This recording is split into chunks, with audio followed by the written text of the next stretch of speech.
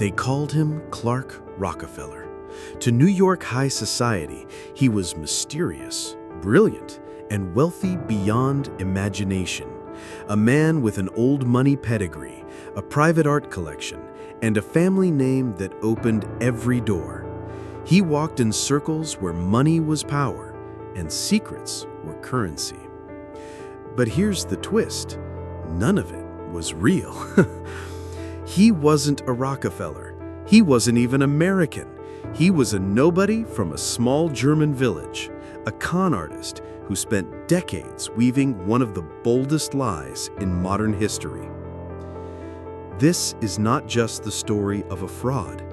It's a story of obsession, deception, and reinvention. It's about how one man fooled professors, executives, even the FBI, all while hiding a secret darker than anyone could imagine. Because when the truth finally surfaced, it wasn't just lies about money or identity. It was a trail that pointed to something much more sinister.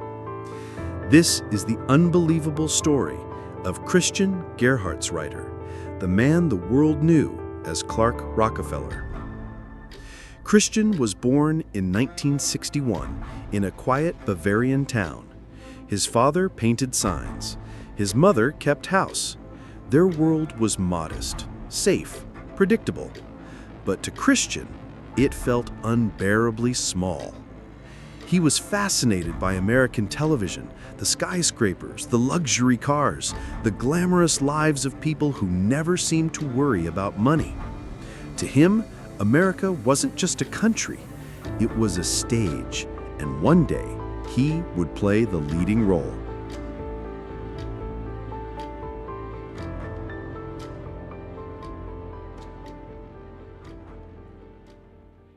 When Christian arrived in the United States in the late 1970s, he was a foreign student with nothing more than ambition.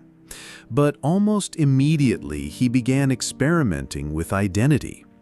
At first, he was Christopher Chichester, an eccentric English aristocrat with vague ties to British royalty. He dressed in tweed, spoke in a forced accent, and claimed lineage that impressed the unsuspecting. Neighbors in San Marino, California, found him odd but intriguing. He drove an old car, but carried himself like a man who belonged in castles. He rented a guest house, dropped names of lords and diplomats, and spun endless tales about wealth that always seemed just out of reach. When suspicions arose, he vanished, and each time he reappeared as someone new. Christopher Crowe, the aspiring film producer with Hollywood connections. Chip Smith, a financial advisor with ties to Wall Street. And finally, his greatest role, Clark Rockefeller, heir to one of America's most powerful dynasties. Each reinvention was more elaborate than the last. He learned to mimic speech, to carry himself with upper-class ease, to wield mystery like a weapon. And in America, a land where people often believe what they want to believe, his lies worked. Every mask brought him closer to the life he dreamed of: respect, access, and above all, belonging. By the 1990s, Clark Rockefeller was a fixture in New York and Boston high society. He attended elite galas, mingled at exclusive clubs, and dropped hints about his family responsibilities. He never worked a traditional job. He didn't need to, he said. He lived off trust funds, his inheritance, and family wealth. Few questioned it, because who questions a Rockefeller? But what Clark lacked in money, he made up for in charm and mystery. He always carried himself like someone in the know, a man with secrets too grand to share. He spoke vaguely about art dealings, international connections, and old money traditions. In 1995, he married Sandra Boss, a Harvard graduate who became a successful business consultant. To her colleagues, Sandra was brilliant, independent, and hardworking. To Clark, she was also the answer to his financial instability. Together, they bought homes in New Hampshire and Boston. They raised their daughter, Ray. From the outside, they looked like a power couple, living the American dream. But inside the marriage, Clark's control and paranoia grew stronger. He demanded secrecy. He resisted Sandra's questions about money, about his past, about his future. He isolated her socially, insisting that others couldn't be trusted. Still, the Rockefeller name carried power. Even as whispers circulated, few dared to confront him. After all, deception is most effective when wrapped in prestige. At first glance, Clark Rockefeller and Sandra Boss seemed like the perfect power couple. But behind closed doors, their life was anything but glamorous. Sandra worked tirelessly, earning nearly $1 million a year. Clark never held a real job, explaining vaguely that his money came from trusts and investments. But in truth, Sandra's income funded everything. Over time, his eccentricities turned suffocating. He demanded control over their daughter Ray, dictating what she wore, where she went, and who she spoke to. He spun tales of kidnappers and stalkers who supposedly targeted them because of their Rockefeller name. Sandra began to notice the cracks. His stories shifted. His accent slipped. His past seemed to vanish into thin air. By 2006, she had had enough. The marriage collapsed, and a bitter custody battle followed. Sandra won.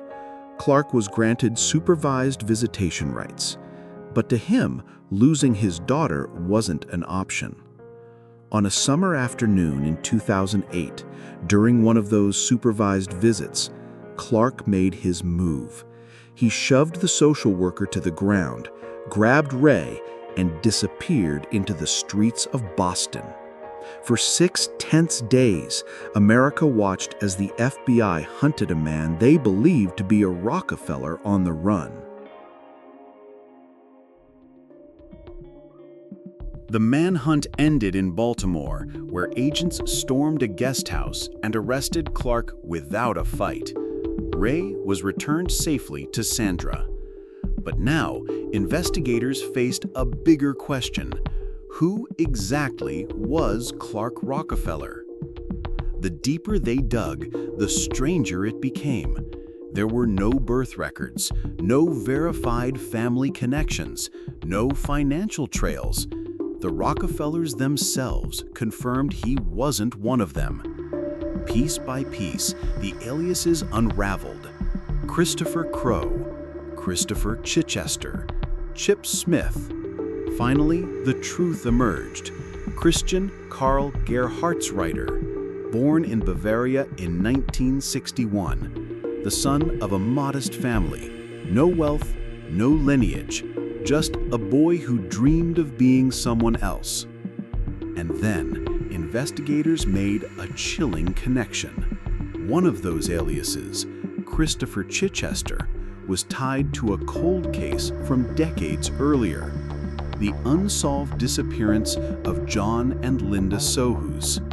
Suddenly, this wasn't just a story of fraud, it was a story of possible murder.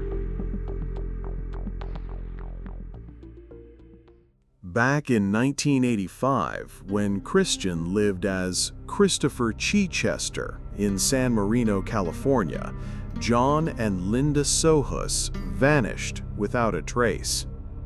Neighbors recalled strange details: Chichester's odd behavior, his sudden departure, the excuses he made about the missing couple. Nearly a decade later, John's remains were discovered buried in the backyard. Linda was never found. And the eccentric tenant, the last person to see them alive, had long since vanished. Now, With Christian in custody, police had their suspect. The evidence wasn't direct, no murder weapon, no eyewitnesses, but the circumstantial trail was damning. Neighbors testified about his digging. Forensic dating matched a timeline, and his lies lined up perfectly with the Sohus' disappearance. In 2011, Christian was charged with the murder of John Sohus. The trial in 2013 was a media spectacle. Prosecutors laid out their case.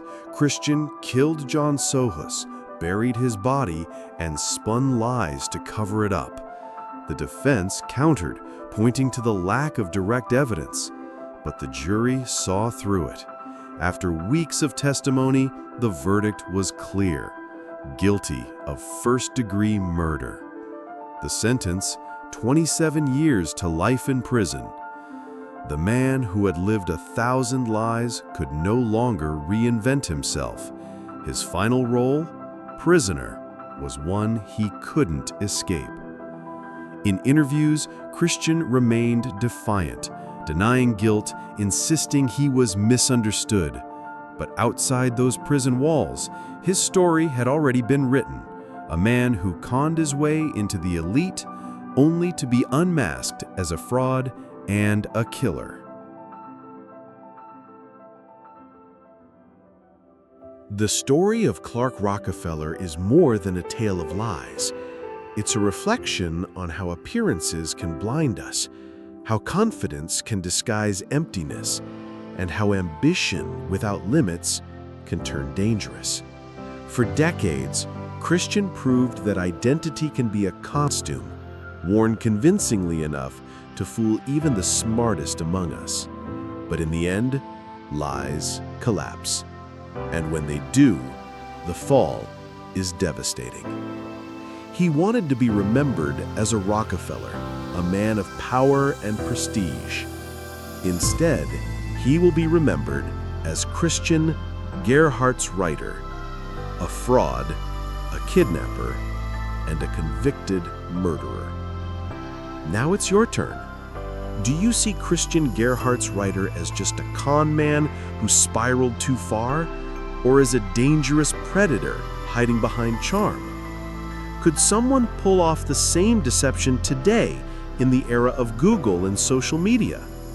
Drop your thoughts in the comments. Share this story with a friend who loves true crime, and let's keep the conversation going. Because sometimes the most unbelievable stories aren't made up, they're real.